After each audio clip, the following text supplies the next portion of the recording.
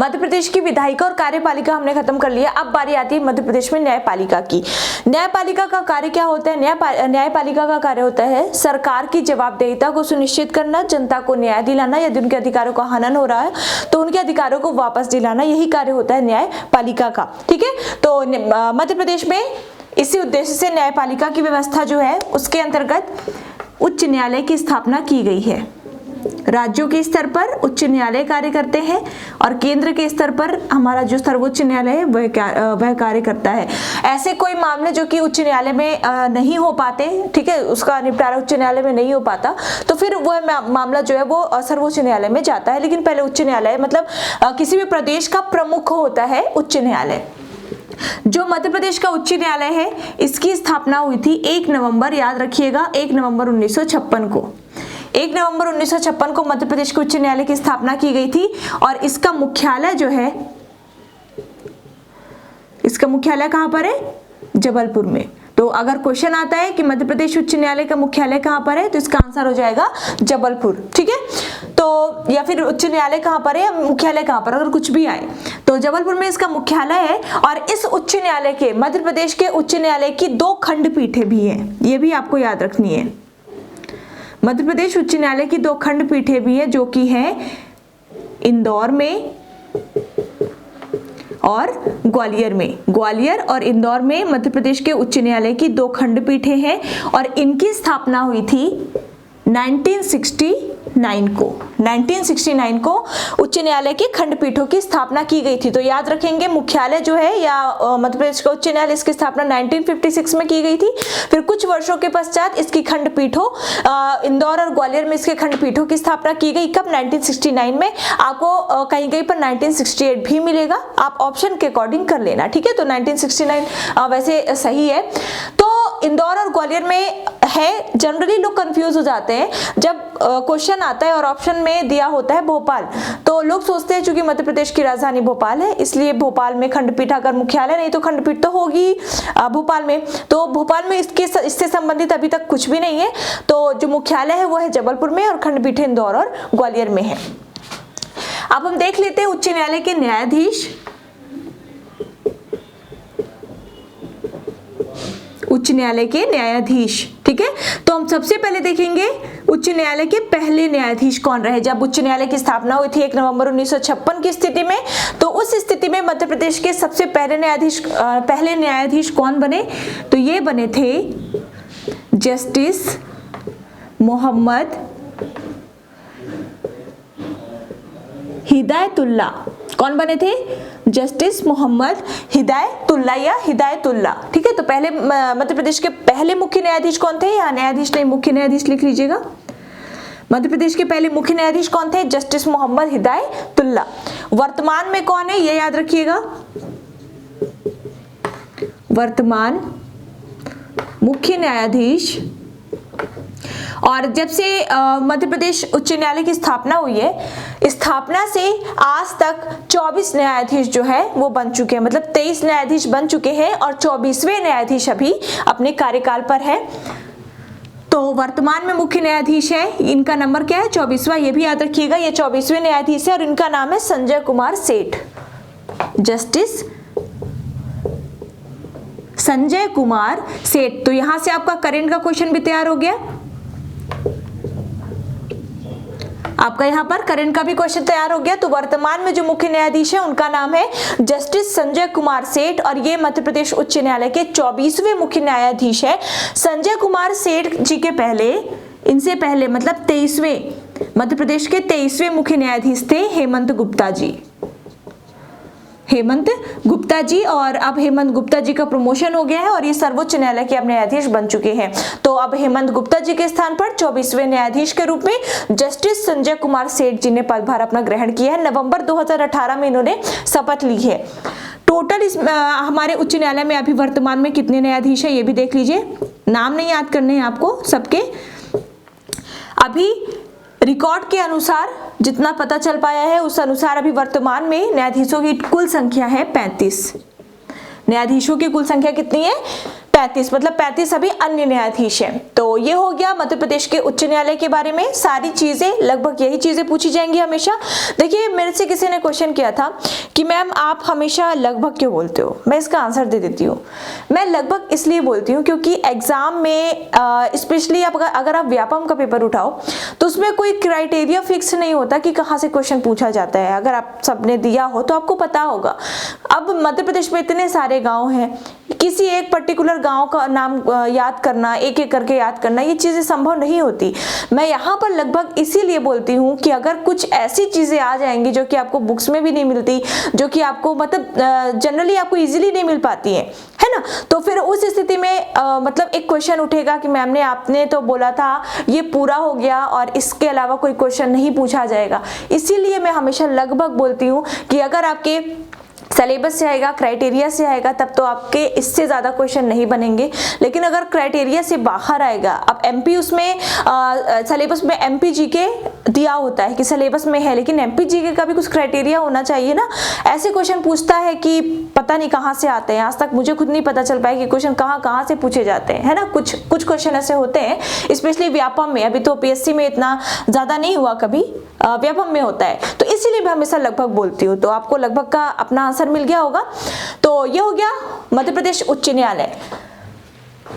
अब उच्च न्यायालय के बाद ये तो हो गया प्रदेश के स्तर पर। तो प्रदेश के स्तर पर क्या होता है, उच्च न्यायालय होता है राज्यों के स्तर पर। अब हम बात करते हैं जिलों के स्तर पर। तो जिलों के स्तर पर जिले में एक न्यायालय होता है जिसे कहते हैं जिला या सत्र न्यायालय। जिला या सत्र न्यायालय। जिले में ऐसा कोई भी अगर आता है बात, जैसे कोई दीवानी या फौजदारी कोई भी मामले आते हैं, तो सबसे पहले जिलों के अंतर्गत पहले जिले में आते हैं, सत्र न्यायालय में आते हैं। उसके बाद अगर यहाँ पर निपटारा नहीं हो पाता है तो फिर उसके बाद यहाँ पे जाते हैं उच्च न्यायालय में। अगर उच्च न्यायालय में भी नहीं हो पाता है तो फिर वो सीधे कहाँ पर चले जाते हैं, सर्वोच्च न्यायालय में। तो जिलों के स्तर पर जो सर्वोच्च न्यायालय है वो होता है जिला या फिर सत्र न्यायालय। प्रत्येक जिले में एक सत्र न्यायालय की व्यवस्था की गई है।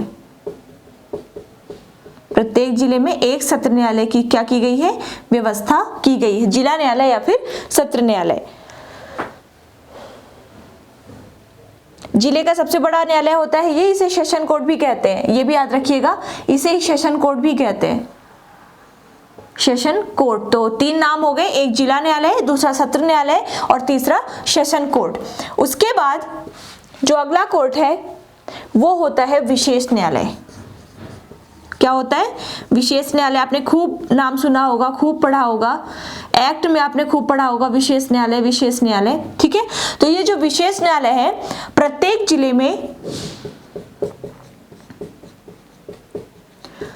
जिले में 2 विशेष न्यायालयों के निर्माण का प्रावधान किया गया है। क्या, प्रत्येक जिले में 2 विशेष न्यायालयों का प्रावधान है। एक अनुसूचित जातियों के लिए, जो अनुसूचित जाति और अनुसूचित जनजाति के व्यक्तित्व को सामाजिक शोषण से बचाने के लिए 1989 में जो अधिनियम आया था उस अधिनियम के तहत स्थापित होते हैं। ठीक है, 1989 के अंतर्गत ही आप आर्टिकल 14-15 में पढ़ते हो। ठीक है, विशेष न्यायालय और विशेष लोक अभियोजक। तो विशेष न्यायालय जो गठित किया गया है, बताया गया है विशेष न्यायालय के गठन के बारे में, उसी के तहत 1989 अधिनियम के तहत विशेष न्यायालयों का गठन किया जाता है प्रत्येक जिले में। और प्रत्येक जिले में 2 विशेष न्यायालयों के गठन का प्रावधान है। देखिए, विशेष न्यायालय हमेशा नहीं बने होते। जब मामला आता है कोई भी अनुसूचित जाति या फिर अनुसूचित जनजाति से संबंधित, तभी किसी भी सत्र न्यायालय को या फिर सेशन न्यायालय को विशेष न्यायालय के रूप में दर्जा दे दिया जाता है। तो इसलिए विशेष न्यायालयों की यहाँ पर स्थापना का अलग से प्रावधान किया गया है। आ गया समझ में। उसके बाद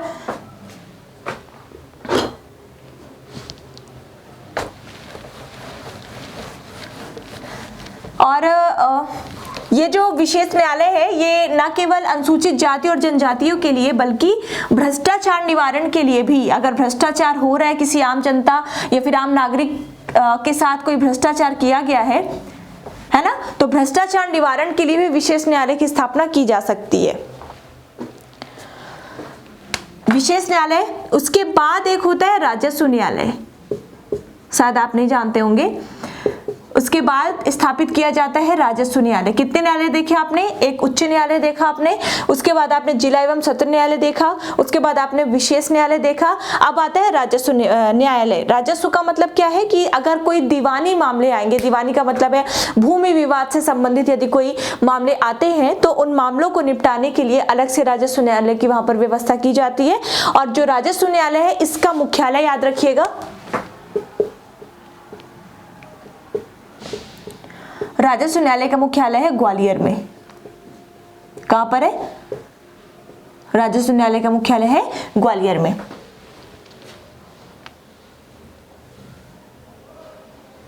है ना? तो क्या याद रखेंगे कि अगर कोई दीवानी मामले आते हैं, दीवानी प्रकरण यदि कोई दर्ज किए जाते हैं तो वो राजस्व न्यायालय द्वारा निपटाए जाते हैं और इसका मुख्यालय है ग्वालियर में। तो ये हो गया।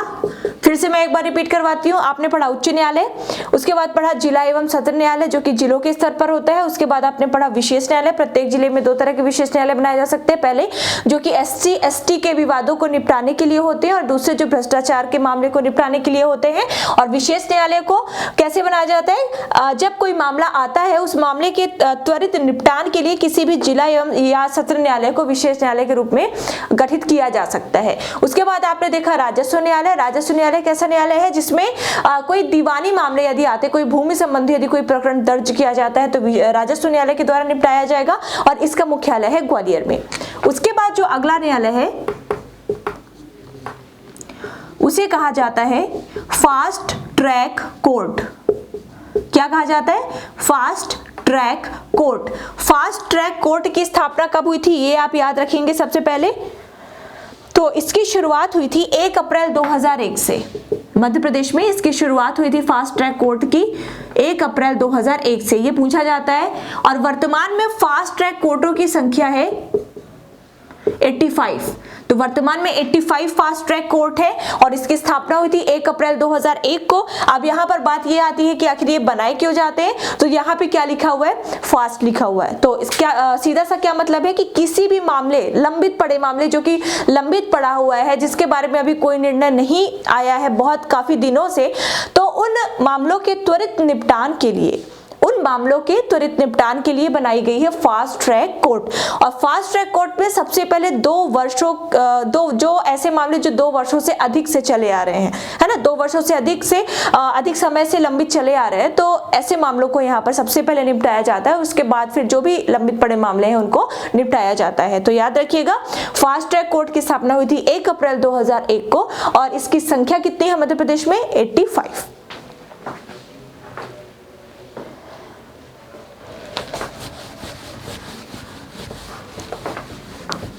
अगला है और बहुत इंपॉर्टेंट है,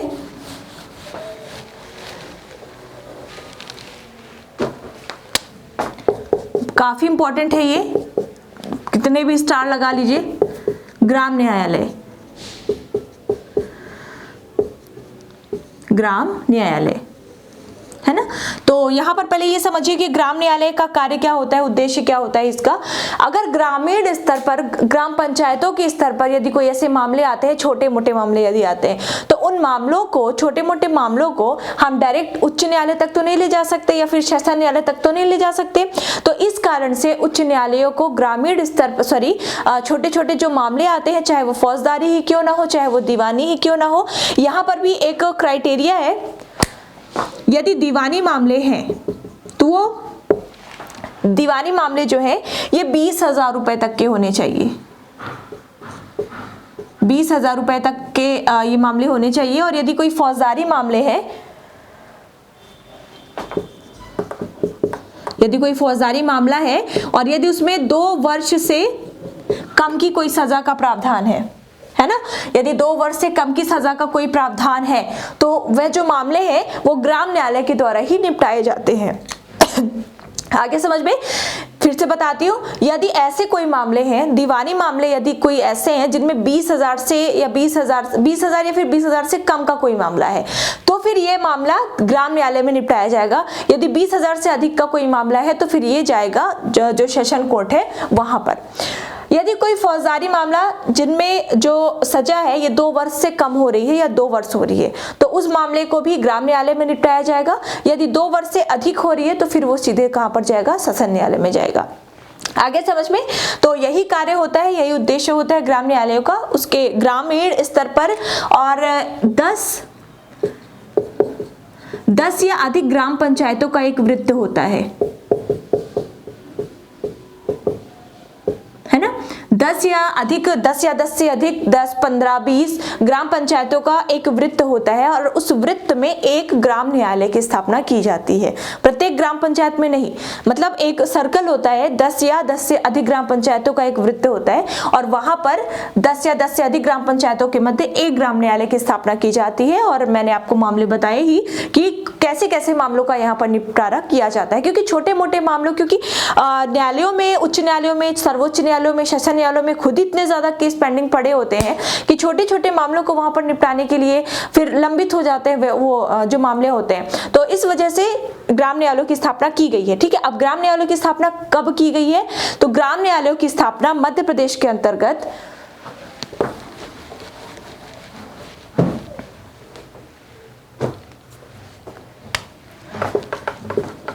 मध्य प्रदेश ग्राम न्यायालय अधिनियम बनाया गया है ना। मध्य प्रदेश ग्राम न्यायालय अधिनियम बनाया गया और इस अधिनियम के तहत 26 जनवरी 2001 को, मध्य प्रदेश ग्राम न्यायालय अधिनियम के तहत 26 जनवरी 2001 को झातला ग्राम, और ये है कहां पर? ये है नीमच में।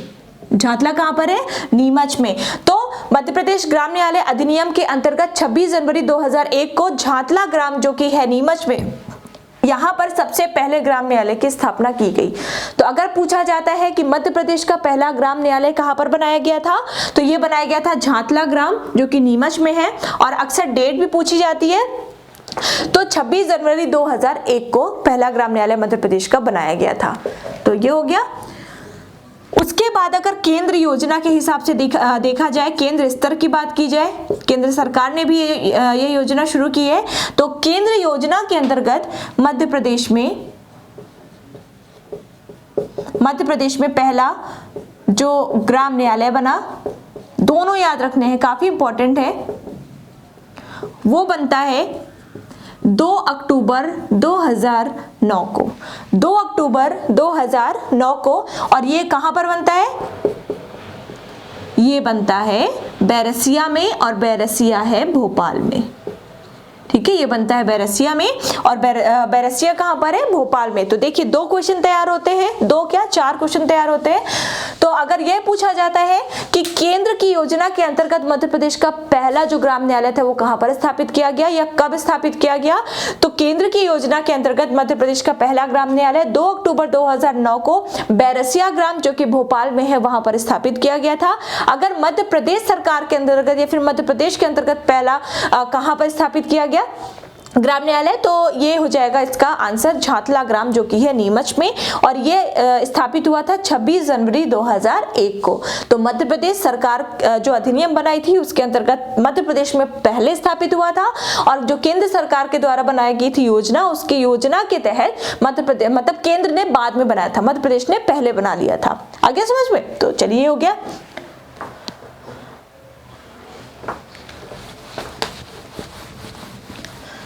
अब ऑलमोस्ट चीजें हो गई न्यायपालिका की, खत्म हो गई। अब यहाँ पर थोड़ी सी चीजें आप देख लीजिए कि जो उच्च न्यायालयों के जो जज होते हैं या फिर जो अन्य जज होते हैं उनको प्रशिक्षण कहाँ पर दिया जाता है, सेवाकालीन प्रशिक्षण कहाँ पर दिया जाता है। तो जजों को सेवाकालीन प्रशिक्षण दिया जाता है राष्ट्रीय, काफी इंपॉर्टेंट है, राष्ट्रीय विधि अकादमी में। कहां पर? राष्ट्रीय विधि अकादमी में। और यह जो अकादमी है ये स्थित है भोपाल में।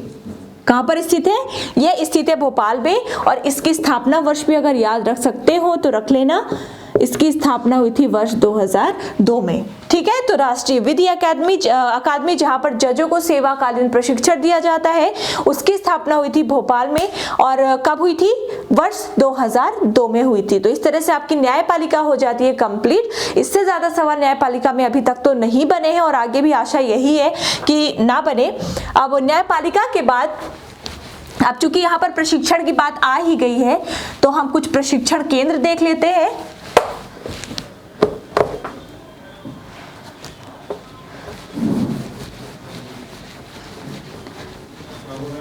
पहले हम प्रशिक्षण केंद्र देख लेते हैं। अब यहाँ पर ये याद रखिएगा आप कि जो प्रशिक्षण केंद्र मैं बता रही हूँ वो पुलिस विभाग के प्रशिक्षण केंद्र नहीं है। पुलिस विभाग के प्रशिक्षण केंद्र मैं अलग से आपको बताऊंगी।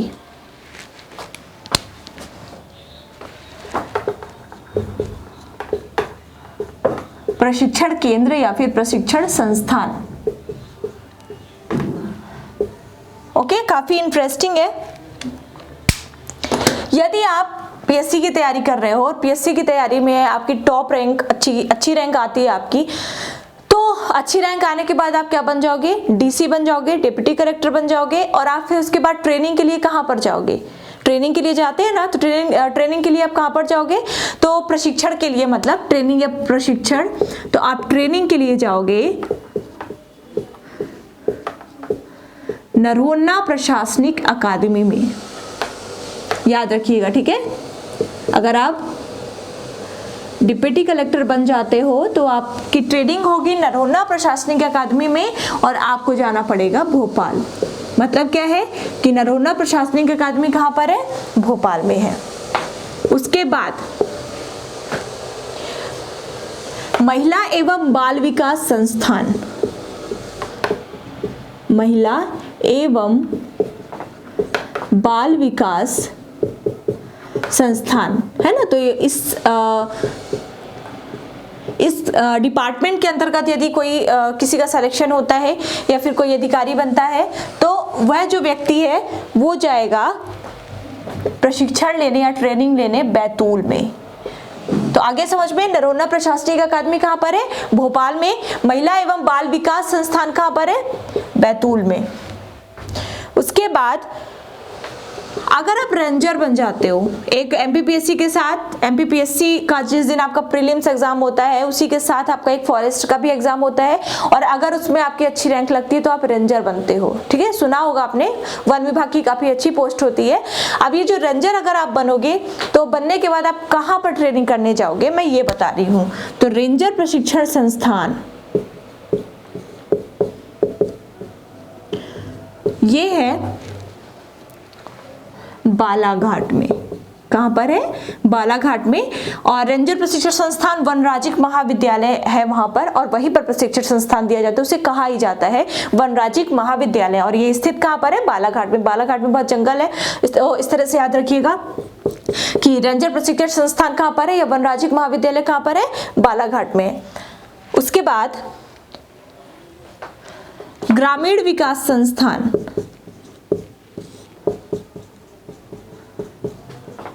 ग्रामीण विकास संस्थान ये है जबलपुर में। ग्रामीण विकास संस्थान कहां पर है? जबलपुर में। उसके बाद ग्रामीण पंचायत प्रशिक्षण संस्थान, ग्रामीण पंचायत प्रशिक्षण संस्थान। यदि आप इसके कोई अधिकारी बनते हो तो ग्रामीण पंचायत प्रशिक्षण संस्थान के अंतर्गत जो स्थान है वो स्थान है मां नर्मदा का, मतलब कि अमरकंटक।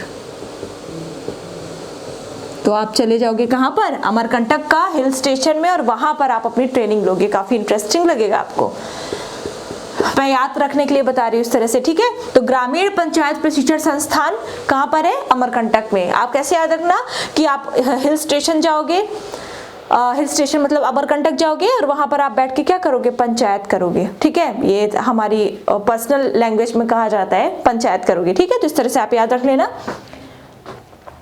उसके बाद है मत्स्योद्यान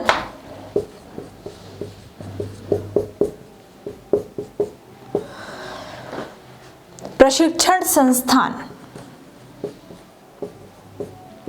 प्रशिक्षण संस्थान, है ना। तो मत्स्य विभाग में जो वैकेंसीज निकलती है, अगर उसमें अगर आप अधिकारी बनते हो तो आपको ट्रेनिंग के लिए जाना पड़ेगा छतरपुर, और छतरपुर में भी नौगांव है कोई स्थान है, वहां पर जाना पड़ेगा। ठीक है, तो इस तरह से जितने मैंने यहाँ पर नोट किए हैं ये बहुत इंपॉर्टेंट है। पुलिस विभाग की चर्चाएं मैं इसके बाद पंचायती राज पढ़ाऊंगी, पंचायती राज के बाद मैं पुलिस विभाग की चर्चा करूंगी, तो वहां पर आपको सारे प्रशिक्षण संस्थान और जो भी इंपॉर्टेंट चीजें हैं वो बताई जाएंगी। तो ये है कुछ प्रमुख। नरोन्ना प्रशासनिक अकादमी भोपाल, महिला एवं बाल विकास संस्थान बैतूल, रेंजर प्रशिक्षण संस्थान बालाघाट, ग्रामीण विकास संस्थान जबलपुर, ग्रामीण पंचायत प्रशिक्षण संस्थान ग्रामीण दोनों में है, लेकिन पंचायत करने आप अमरकंटक जाना है, आपको जबलपुर नहीं जाना है। मत्स्योद्यान प्रशिक्षण संस्थान है छतरपुर, और छतरपुर में नौगांव स्थान है वहां पर। तो इस तरह से आपकी हो जाती है न्यायपालिका कंप्लीट, प्रशिक्षण संस्थान कंप्लीट। अगले लेक्चर में हम करेंगे बात मध्य प्रदेश में पंचायती राज व्यवस्था की, 73वां संविधान संशोधन। भारत के स्तर पर भी काफी ज्यादा इंपॉर्टेंट टॉपिक है जो पंचायती राज है, तो अलग से आप कॉन्स्टिट्यूशन अगर आप पढ़ रहे होगे, पॉलिटी पढ़ रहे होगे, तो अलग से आप उसे जरूर पढ़ लेना। तो thank you very much, best of luck.